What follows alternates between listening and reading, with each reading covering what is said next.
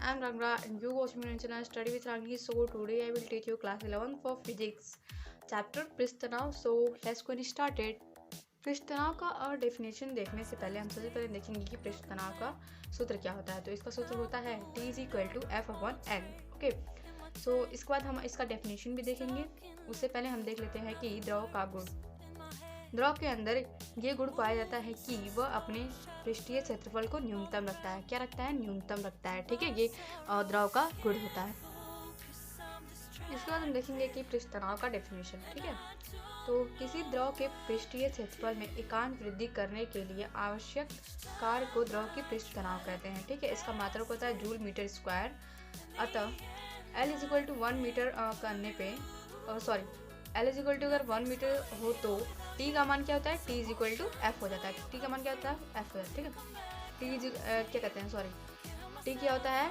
F के बराबर होता है. ठीक है, और इसका सेकंड जो डेफिनेशन है ये है कि द्रव के पृष्ठ पर खींची गई काल्पनिक रेखा के एकांक लंबाई पर लगने वाले बल को पृष्ठ तनाव कहते हैं. इसका यूनिट होता है न्यूटन मीटर, और इसका सेकंड जो यूनिट होता है ये क्या होता है? Dyne centimetre.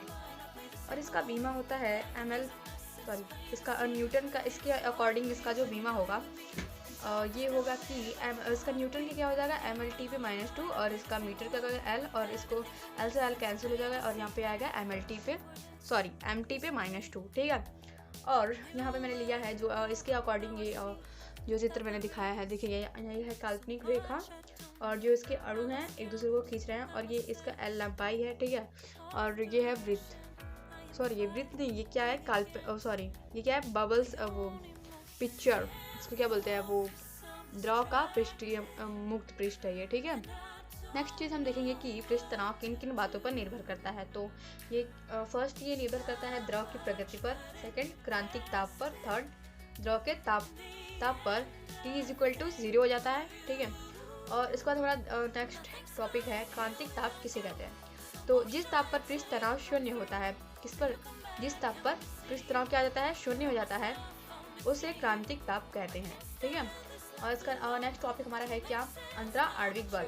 तो अणुओं के बीच लगने वाले बल को अंतरा आणविक बल कहते हैं. ये 2 प्रकार के होते हैं. फर्स्ट होता है ससंजक और सेकंड होता है असंजक. ठीक है, तो देखते हैं कि ससंजक बल किसे कहते हैं.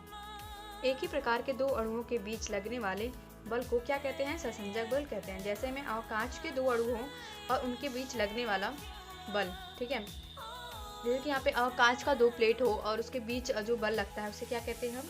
ससंजक बल. और जल के 2 अणुओं के बीच लगने वाले बल को क्या कहते हैं? ससंजक बल कहते हैं. और हमारा थर्ड एग्जाम्पल है पारे के 2 अणुओं के बीच लगने वाले बल को भी ससंजक बल कहते हैं. ठीक है, और इसके बाद जो हमारा सेकेंड था वो था क्या? असंजक बल. विभिन्न प्रकार के 2 अणुओं के बीच लगने वाले बल को क्या कहते हैं? असंजक बल कहते हैं. विभिन्न प्रकार के 2 अणुओं के बीच लगने वाले बल को क्या कहते हैं? असंजक बल कहते हैं. और इसका एग्जाम्पल है 2 लकड़ियों के बीच जो जैसे कि मतलब जो ये गोंद है, मतलब ये फेविकॉल जो हम लाते हैं मार्केट से, ये जो होता है ये अलग अणु होता है, और जो लकड़ी होता है वो उसका अलग अणु होता है. तो 2 अणुओं के बीच लगने वाले बल को, तो फिर लकड़ी का जो अणु है वो दूसरा है, और जो गोंद का जो बल है अणु है वो दूसरा होता है. तो फिर 2 अलग अलग प्रकार के, ठीक है, अणु हो और उसके बीच जो लगता है बल उसे क्या कहते हैं? असंजक बल कहते हैं. और इसका सेकंड वाला जो एग्जांपल है कांच और पानी के बीच. ठीक है, तो पानी का भी अणु दूसरा होता है और कांच का भी वो अणु दूसरा होता है. तो फिर इसके बीच जो बल लगता है उसे क्या कहते हैं? असंजक बल कहते हैं. ठीक है, और इसका हमारा नेक्स्ट टॉपिक है अंतरा आणविक बल किसे कहते हैं. अंतरा आणविक बल तो मैंने पहले ही बता दिया. तो फिर अंतरा आणविक बल का गुण हम देख लेंगे. सदैव आकर्षित करता है. ये क्या करता है? सदैव आकर्षित करता है. यह व्युत्क्रम वर्ग का पालन नहीं करता है.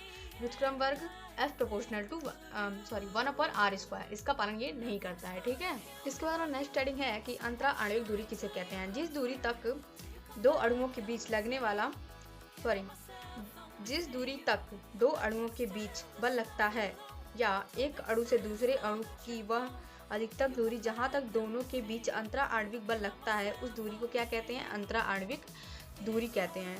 अंतरा आणविक दूरी कहते हैं. ठीक है, इसके बाद नेक्स्ट टॉपिक है आणविक सक्रियता का गोला. अंतरा आणविक दूरी को त्रिज्या मानकर किसी अणु के चारों ओर बनाए गए काल्पनिक गोला को क्या कहते हैं? आणविक सक्रियता का गोला कहते हैं। ठीक है, मैं थोड़ा सा कंफ्यूज हो गई थी। तो क्या कहते हैं? आणविक सक्रियता का गोला कहते हैं। ठीक है, इस बार नेक्स्ट टॉपिक है द्रव पृष्ठीय ऊर्जा।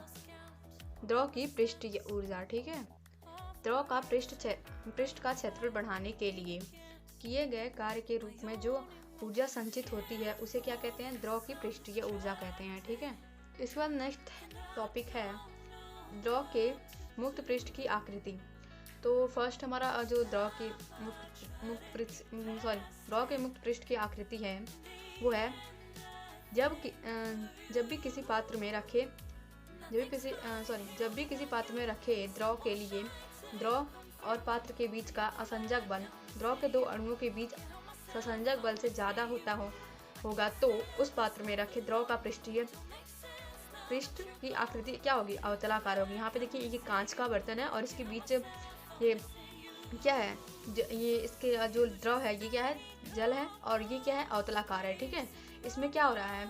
असंजक बल द्रव के दो अणुओं के बीच ससंजक बल ज़्यादा होगा तो क्या होगा?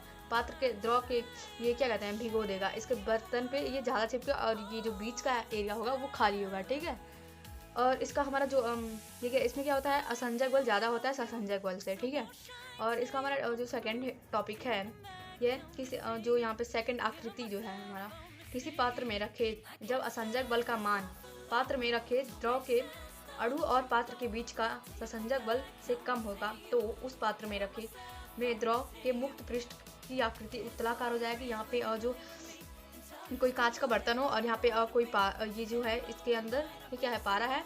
तो ये क्या करता है? बर्तनों से दूरी बनाता है। ठीक है, ये बर्तनों में नहीं होता है। ये किस आकृति का होता है? ये उत्तलाकार होता है। ठीक है, इसमें क्या होता है? जो असंजक बल का मान होता है ये पात्र में रखे ससंजक बल से कम होता है। ठीक है, तो यही होता है हमारा जो इसका दोनों आकृति। और एक होता है थर्ड वाला। ये जो थर्ड वाला है इसमें क्या होता है? देखते हैं।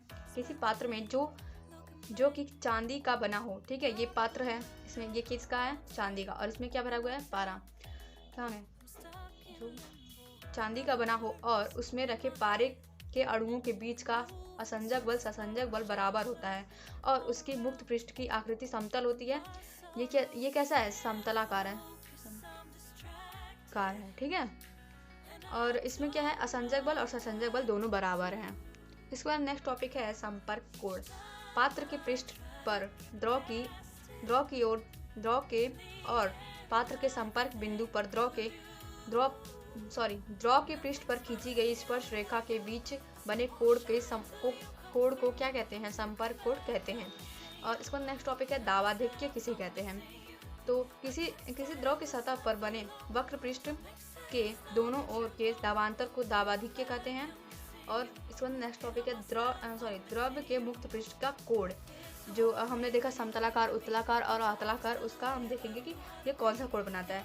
जिसके मुक्त पृष्ठ की आकृति अवतलाकार होती है वो कौन सा कोण बनाता है? न्यून कोण बनाता है। ठीक है, क्या? जिसमें असंजक बल ससंजक बल से ज़्यादा होता है तो वहाँ पर थीटा जो ये इसका जो कोण है ये क्या है? न्यून कोण है। ठीक है, इसका जो ये जो किसी भी पात्र में जो लिक्विड भरा तो वो जो अवतलाकार होता है उसका जो ये थीटा क्या होता है? ये न्यून कोण होता है। यहाँ पे जो हमारा सेकंड था जो था उत्तलाकार, उसको देखेंगे हम।